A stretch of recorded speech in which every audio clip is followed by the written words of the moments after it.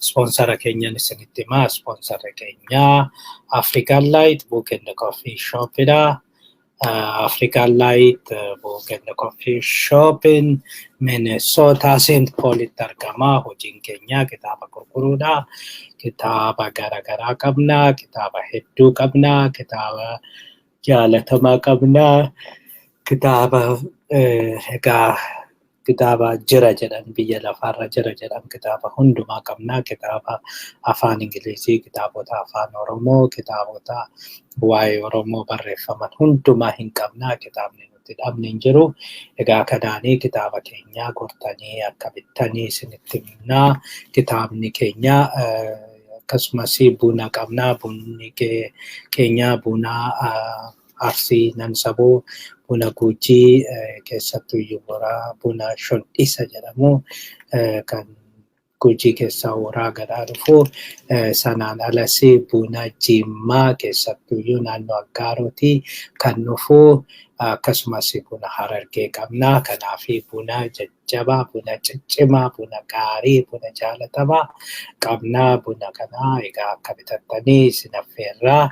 Sanaan alas akaayii qabna. Akaayii boqojjii qabna. Akaayii boqojjii akaayii baay'ee jaalatamaa fi filatamaa, akaayii baay'ee itti gammaddanii, akaayii namni hunduu dhandhamuu barbaadudha. Akaayiin kun akaayii baay'ee gaariidha. Akaayii jaalattaniidha. Akaayii manaati. Akaayii sirriitti qophaa'edha. Egaa achuma boqojjiidha. Achuma biyya garbuuti. Garbuu akaayii ta'uu filatamee sirriitti irratti hojjetameeti. Sanaa fi qonnaan bulaarraa abbuma sanarraa garbuu fuudhanii qopheessaniiti kan isinii dhiyeessanii iddoo kamiyyuu deemee bakka hin beeknetti nama hin beekne irraa kan qophaa'ee miti. Nama beeknurraa nama qonnaan bulaarraa garbuu bituudhanii achiin booda akaayii kana kaa'uudhaanii addunyaatti dhiyeessina. Kanan jirraa egaa kanaanii akaayii keenya eessa arganna warri jettanii bakki argattan bakka baay'eetu jira. Tokko onlaayiniidha. www.africanlightbookandcoffeeshop.com irraa argattu. Isarraa yoo ajajjanii bakka jirtanitti isin ergina. Yeroo gabaabaa keessatti immoo naannoo Midway bakka 1263 Dalhouse Avenue yeroo baay'ee namni kan beeku bakka St. Anthony Targetii bira, Targetii St. Paul bira achi suuqiin keenya achitti suuqii haaraa bannee jirra. Kanaafi achiisii dhuftanii fudhachuu dandeessu. Kanumaan egaa gara oduu keenyatti deemna. Oduun keenya har'aa oolmaa Tigraay eegallaa. Oolmaa Tigraay akkamitti oolteedhaan deemna. Achi Oromiyaan akkamitti ooltee ilaallaa. Achi addunyaan akkamitti akka oolte keessattuu iyyuu dhimma Itoophiyaa wajjin wal qabatuun maal akka jedhan isinitti himna. Inni duraa waraana Tigraay fi Amaaraa akkuma itti fufatti jira. Waraanni kun ammallee egaa ji'a saglaffaa keessa jira. Ji'a saglaffaa kana keessa jiini jalqabaa kuni ifama yeroo tokko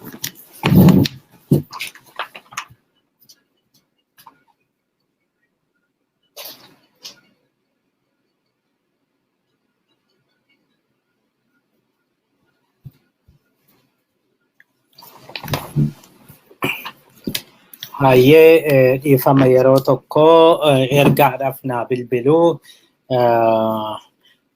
beeksisa tokko nu beeksisinaan jedhaniiti. Kanaaf bilbilanii boru walgayiitu jira. Walgayii cimaatu jira. Minnesotaayi walgayii cimaa kana walgayiin kuni kan jiru convention centeritti. Convention centerii guyyaa saa 12 jalqabeeti. Nuuni saa 12 jalqabeeti. Walgayiin kuni hayyoonni Oromoon qaban hundi walitti dhufanii kan irratti mari'atanidha. Mariin isaanii immoo akkam gooneet fuulduratti deemna. Akkam gooneeti gara fuulduraatti deemnee waliin ceena. ummanni Oromoo rakkoo amma keessa jiru kana keessa akkam yoo godhe maal hoo godhe baheeti fuulduratti tarkaanfachuu danda'a egeree arguu danda'a kan jedhu kan dhiyaatu. Kanaafi walgahii kanarratti akka hirmaattan affeeramtanii jirtu. Kafaltiin qabu tola kan isin hirmaattanii egaa gaafii keessan qopheeffadhaa too opinioniin namaa kan irratti sirriitti calaqqisu natti fakkaata. Kanaafi namoonni achi keessatti waan gaafattanii yookiin dhaga'uu barbaaddanii hayyoonni bakka tokkotti maal akka jedhanii kan isin matarraa dhaga'uu barbaaddanii kanaafi kanaafi achirratti argamaa achirratti baay'ee yaadni keessan barbaachisaadha. Yaada kana baay'ee yaada hedduu barbaadamuudha. Yaada baay'ee ta'uu yookiin ka'uu qabu hojjetamuu qabuudha. Kanaafi yaada kana walgahii kanarratti akka hundi keessan iyyuu hirmaattanii affeeramtanii jirtu. Kanaafi nu bilbilamaa jira. Kanumaan egaa gara oduu jalqabaatti deemna. Egaa oduu jalqabaatiin akkuma isiniin jedhe waraanni kun itti fufee jira. Waraanni kun haga ammaatti hunduu qabatamaan kana kan jedhe hin jiru. Haa ta'u malee iddoo tokko injifannoon jira jedhamee jira. Gara tokkoon waldiyaan qabamte jedhanii waldiyaan hin qabamne qarqara waldiyaatu qabamee jedhanii waldiyaan akka hin qabamne duraanii kan sochiin godhamaa ture yookiin immoo kan irratti ittisni godhamaa ture iddoo Goobiyyee jedhamutti. Haa ta'u malee iddoo Goobiyyee jedhamu sana waan rukutanii fakkaataa achi qulqulleessanii jiru. Warri wayyaanee lafa sana qabatanii jiru. Waldiyaa magaalatu hin qabaminii tarii malee guutumaan guututti waldiyaan ammaanichi keessa jiraachuudhaaf yookiin harka Amaaraa jirti jechuudhaaf baay'ee waan ulfaatadha jedhaa jiru. Namoonni baay'eenis keessaa ba'anii baqatanii jiru jedhamee jira. Sanaan ala Laallibalaanis qabamtee jirti jedhamee jira. Laallibalaan qabamuu ishii mootummaan haga ammaa wanti kennu hin jiru. Warri Tigraay garuu kaleessa afarsaa turanii viidiyoodhanis nama hedduu booji'anii jirra jedhanii nama booji'an argisiisaa turanii. Kanaafi namni booji'an suni kunooti hagana booji'amtoota agasii qabna agas qabannee jirra. Kanaafi nu laalaa jechaa turanii. Gama biraatiin gara Affaar keessattis akkasuma lola hamaatu deemaa ture jedhanii jiru. Lola hamaa kanaanii gara Cifraa sanaa guutumaan guututti qabatanii gara miilletti akka dhiyaachaa jiranidha kan dubbatamaa jiru. Sanaan alas gara dhiyaatiin akkasuma waraanni hamaan gaggeeffamaa jira. Maayisabrii akkasumas Xallamti keessaa iddoo garaagaraa waraanni hamaan gaggeeffamaa akka jirudha. Kanaan egaa ammallee injifannoo guddaa yookiin injifannoo addaa arganne jechaan jiranii garuu Laallibalaan qabamuun injifannoo guddaadha jedhamee ilaalamaa. Yoo dhugaa ta'ee dhuguma qabatanii mirkaneessanii jiranii Laallibalaa qabachuun baay'ee murteessaadha. Maaliif kana dura loltuu Laallibalaatti geessaniiti. Laallibalaa akka poortii Noorzeern poortiitti itti fayyadamaniiti. Achiin booda kan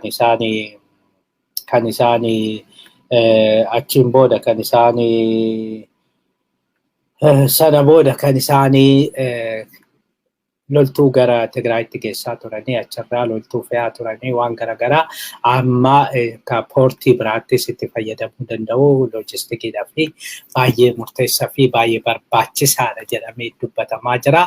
Egaa mee garamitti akka deemu immoo walumaan ilaalla. Sanaan ala Waldiyaa Yuunivarsiitiin dhiifama Maqalee Yuunivarsiitiin barattoota galchee jira. Barattoota undergraduate ani bajetan qabu mootummaan bajetan hin kennine qarshiin nyaata isaaniis ittiin danda'u waan isaanii barbaachisu hundumaa waan ittiin gochuu hin danda'u. Mootummaan haga ammaa bajeta waan gannaan dhiisanii fi jedhee barattoota kana gaggeesseera. Barattoonni kun Tigraay keessaa ba'anii gara Affaaritti deemanii Samaraarraa gara biyyaatti akka galanidha. Egaa karaa lama ture. Karaan sirrii, karaan filatamaan, karaan qaxxaamuraas karaa asii Maqalee Dasee irra deemamudha.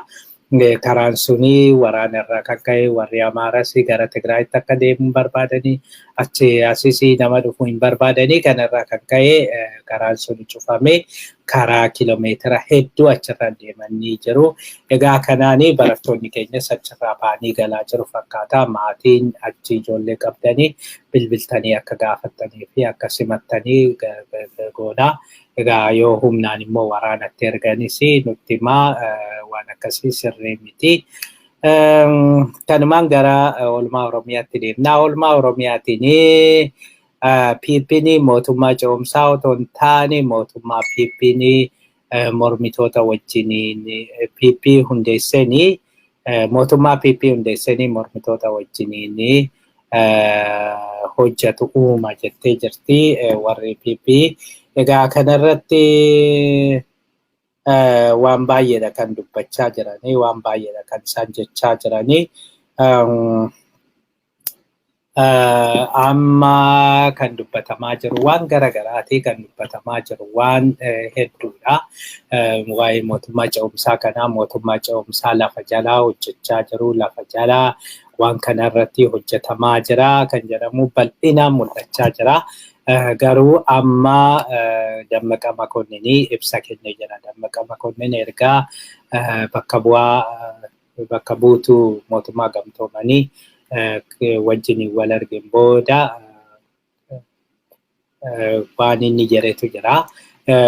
Bakka bu'aa UN kana wajjiniin erga wal argin booda akka inni jedhetti mootummaa ce'umsaa wanti jedhamu hin jiru. Mootummaan ce'umsaa mootummaan ce'inus ce'isisnus hin jiru. Mootummaan jira, mootummaan seeraan filatame jira, uummanni kan filate jira, mootummaan filatame kuni fulbaana dhufutti mootummaa hundeessaa, mootummaa erga hundeesseen booda mootummaan haaraan suni mormitoota qabee hin mari'achiisaa jedhee jira, mormitoota walitti qabee hin mari'achiisaa jedhee jira. Kanuma wanti inni jedhee kanaafi amma kan isaan akka calculationii bilchiginnaatti mootummaan kuni ammatti mootummaan kuni mootummaa seera qabeessaa maaliif waggaan tokko dabalameefii jira. Achiin booda mootummaan haaraan immoo fulbaanatti dhufaa. Mootummaan haaraan suni waan godhuu hin beeknu isatu murteessaa. Ammatti mootummaan haaraan suni otoo hundaa'ini ganna kana amma Oogustii keessa yookiin Septembarii keessa otoo sun hin hundaa'ini waa'ee mootummaa ce'umsaa waa'uma mootummaatiyyuu dubbachuu hin dandeenyu. Maaliif innumtuu kunumtuu mataa isaatiin kan dursan irraa kan ammaa kan wayyaan irraa kan abiyyitti kan bilchiginnaatti kan ce'aa jirudha. Kanaaf teeknikaalii ce'umsi suni kan ammaa kana. Kanaaf kan ammaa kanatu waan barbaachisu godhaa jedhaniiti kan isaan dubbatanii. Gama biraatiin wayyaaniin gara tokkoon waan tokko gaafattee haal duree tokko kaastee gara mootummaa ce'umsaa jettee ture. Mootummaa ce'umsaa wayyaaniin jette kun akka jedhutti akka wayyaaniin amantutti mootummaan ce'umsaa hundaa'uu qaba. Mootummaan ce'umsaa kan hundaa'uu qabu mootummaan kun mootummaa seera qabeessaa miti. Mootummaa fudhatama dhabeedha. Mootummaa tokko uummataan filatame jedha malee mootummaa mormitoota hidhee mormitoota hundumaayyuu bakkaa baasee mootummaa ta'edha. Kanaafiyyuu mootummaan kuni mootummaa fudhatama hin qabne waan ta'eef, mootummaa gatii hin qabne waan ta'eef, mootummaa hunda biratti fudhatama hin qabne waan ta'eef, mootummaan kuni jigee mootummaan ce'umsaa hundaa'u. Mootummaa ce'umsaa hundumti keessatti hirmaatu hundaa'u jedhu isaanii egaa ammas deebisanii haal duree kaasanii jiru. Amma gara dhiibbaan gahaa jira. Dhiibbaan gahaa jiru kuni haal duree warri Tigraay kaan kana fudhatee bilchiginnaan tolee jedhee jira jedhanii harrafaa keessa odeessaa jiru. Garuu kuni dhibbatti waan fudhatamu natti hin fakkaatu. Maaliif mootummaan ce'umsaa yoo jiraate mootummaa ce'umsaa sana keessa wayyaaniin kan barbaaddu Abiyyi aangoo gadhiisudha. Inni kun immoo mootummaan ce'umsaa akka hin hundoofne kan godhudha. Maaliif bilchiginnaan hunda caala kana mormuu keessattuyyuu Abiyyi aangoo isaatiif jecha kana waan godheefi aangoo isaatiif jecha wanti inni hin goone wanti inni hin balleessine jiru. Kanaafiyyuu aangoo kana salphumatti Abiyyi gadhiisa jedhamee hin yaadamu. Kanaafi mootummaan ce'umsaa kun lafa jala jedhanii malee waan ammatti bu'aa buusaa jiru fakkaatu waan dhugoomu hin fakkaatu. Wanti keessa jiru waan baay'een waan wal dha'uudha. Afaan irraa jalqabee akkatti wal abaaran akkatti wal arrabsan. Lammaffaa immoo hunduma caalaa nuufi akka Oromootti mootummaan ce'umsaa amma godhamu kuni nuuf gaarii miti jechuun mootummaan ce'umsaa kuni haalli amma jiru kuni egaa Oromoon akka qooda keessatti fudhatu namni baay'ee dubbachaa jiru. Namni baay'ee gara tokkoon warri wayyaanee hundumtuu gaafa jedhanii gareen Oromoos keessaa akka qooda fudhatu dhuguma gaafachaa jiru. Waa dhugaa namaas jalaa balleessuu hin qabnu gaafachaa jiru. Garuu hundi amanee kana Oromoonis keessatti hirmaachuu qaba kan jedhu hin jiru. Gama biraatiin amma nationalizimiin Amaaraa nationalizimii bira darbee ultra nationalizimii ga'ee jira. Ultra nationalizimiin kun immoo nationalizimii sabboonummaa bira darbee sanyummaa fi naazizimii sadarkaa sana ga'e. Sadarkaa kanatti Amaarri otoo hin cabin keessattuyyuu hafuurri nafxanyummaa kun otoo hin cabin waan hiikan biyya sanii yookiin mootummaan ce'umsaa biyya sanii keessatti uumamu sabaaf sablammiif kabaja kan qabuu fi mirga sabaaf sablammii dhugaadha. Sabaaf sablammiin hacuuccaa sanarra jalaa bahuudhaaf qabsaa'ee ammaanachi biyyattii sana lammata hacuuccaa arguu hin qabnu qaamni jedhu tokko uumamuu qaba. Kun immoo hin uumamne hin jiru. Keessattuyyuu warri hacuuce kun kanatti amanaa hin jiran. Waan kana bakka isaan hin amannetti isaan kadhatanii mootummaa ce'umsaa keessatti hirmaachuun kuni yookiin immoo akka Abiyyi jedhu amma Abiyyi gowwoomsee egaa mootii erga ta'een booda Biraanuu Naggaa fi tokko nama wayii achi waamee achiin booda kunooti mari'annee Biraanuun ministeera ta'ee jedhee bira darbuudha. Inni deemu kuni waanuma tokko fudhatama hin qabu. Lammaffaa amma kan isaan yaadaa jiran yaada amma dhagaa jirruun keessaa dhagaa jirruun akkuma Dammaqanis dubartii kanaaf ibsa godheeni jechuudha. Akka isaan yaadaa jiranitti warra wayyaanis muraasa isaanii affeeranii aangoo wayii ministeera tokko ministeera lama godhanii sossobanii achiin booda Abiyyi yoo fudhatan Abiyyi mootii keenya Abiyyi nugusa keenya kanaafi erga nugusa keenya taatee jedhanii yoo isaanitti immoo lafee wayii darbatee jedhee achiin booda nurraa callisu wayyaaneenis nurraa callisti. Waan akkasiiti yaadni isaanii waan akkasiiti fedhiin isaanii malee mootummaa ce'umsaa kana garaadha itti amanaan jiranii. Kanaaf uummanni keenya qabsoo geggeessu kana itti fufuu qaba. Uummanni keenya yoo qabsoo kana daraan finiinsee jedhe qofaadha kabaja sana argachuu kan qabu. Hunduma caalaa nutis akkuma amma jedhame kana mootummaa ce'umsaa ofii qofa baa'uun mari'atanii lafa kaan kana mootummaa ce'umsaa kanarratti mari'achuu qabna. Ultimately mootummaan ce'umsaa hundaa'u malee mootummaa ce'umsaa sana keessatti warra yakki raawwate hundi itti gaafatama. Har'a otoo hin ta'in bara wayyaaneetii jalqabee tokkoon yakki raawwatame sun ilaalamee qoratamee qaamni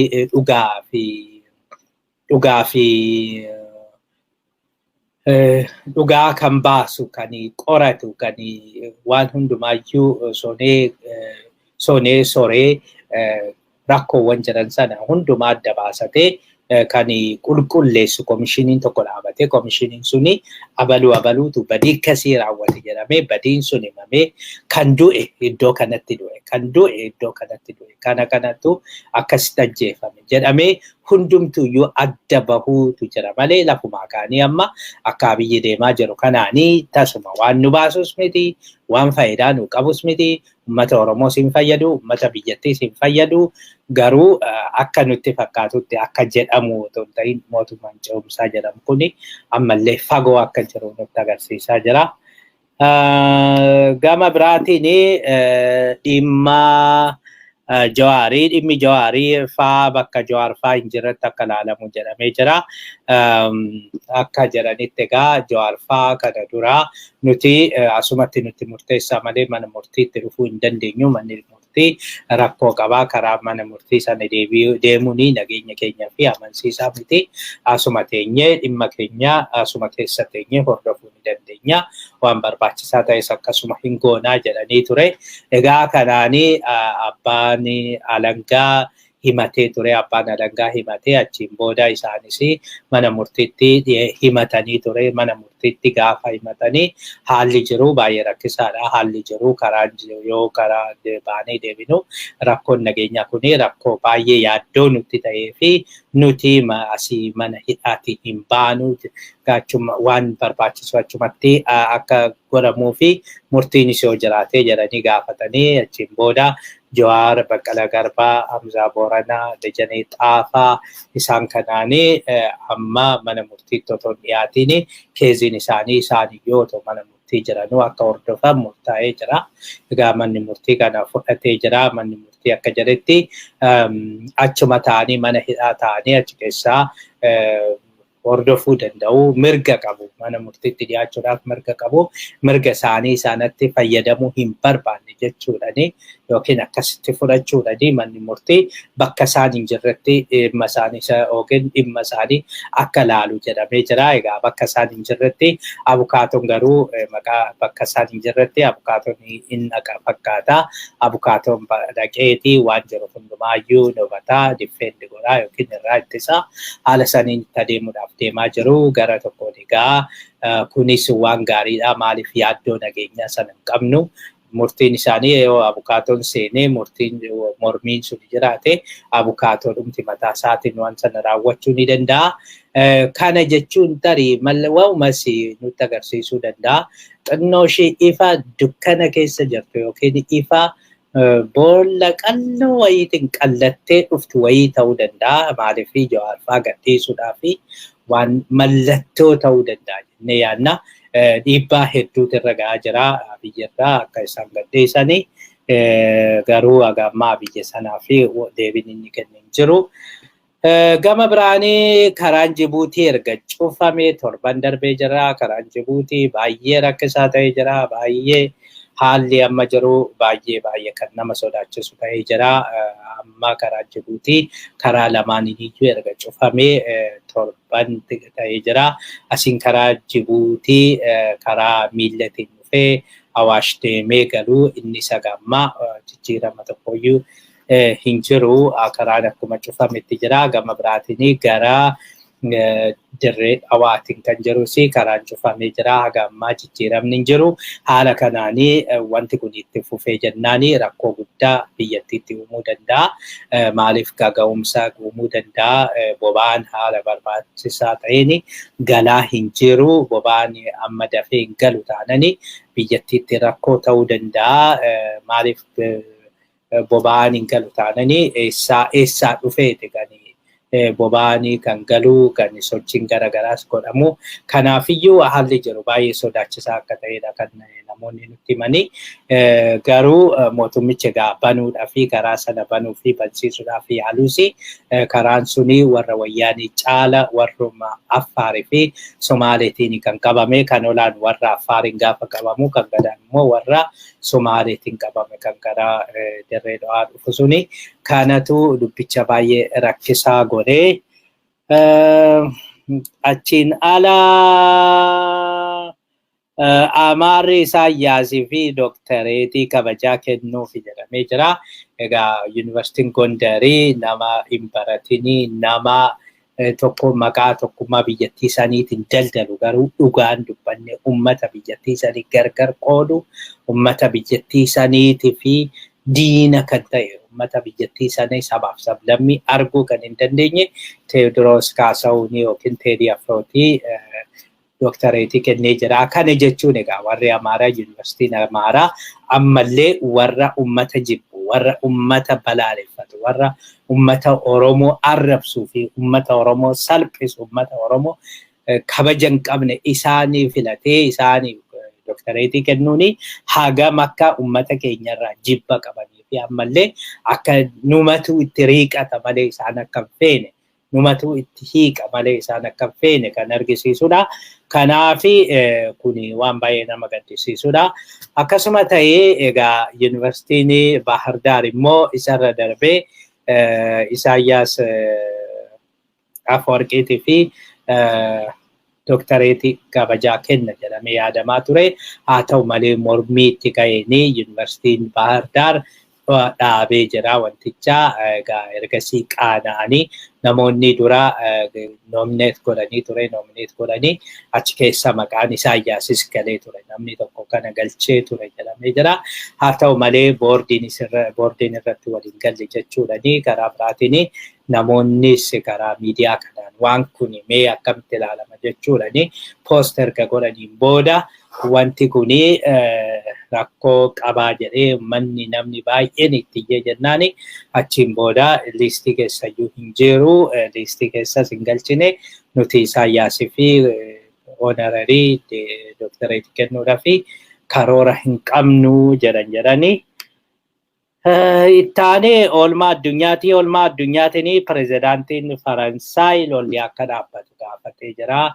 Akka pirezidaantii Firaansitti lolli kuni ammuma tana dhaabbachuu qaba.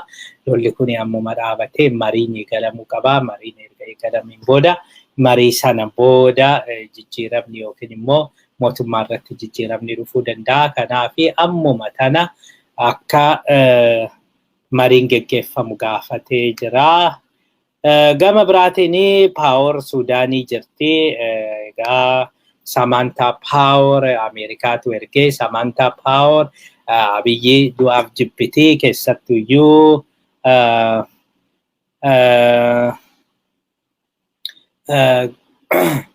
Abiyyi Samantha Power baay'ee balaaleffataa yookiin baay'ee jibbaa.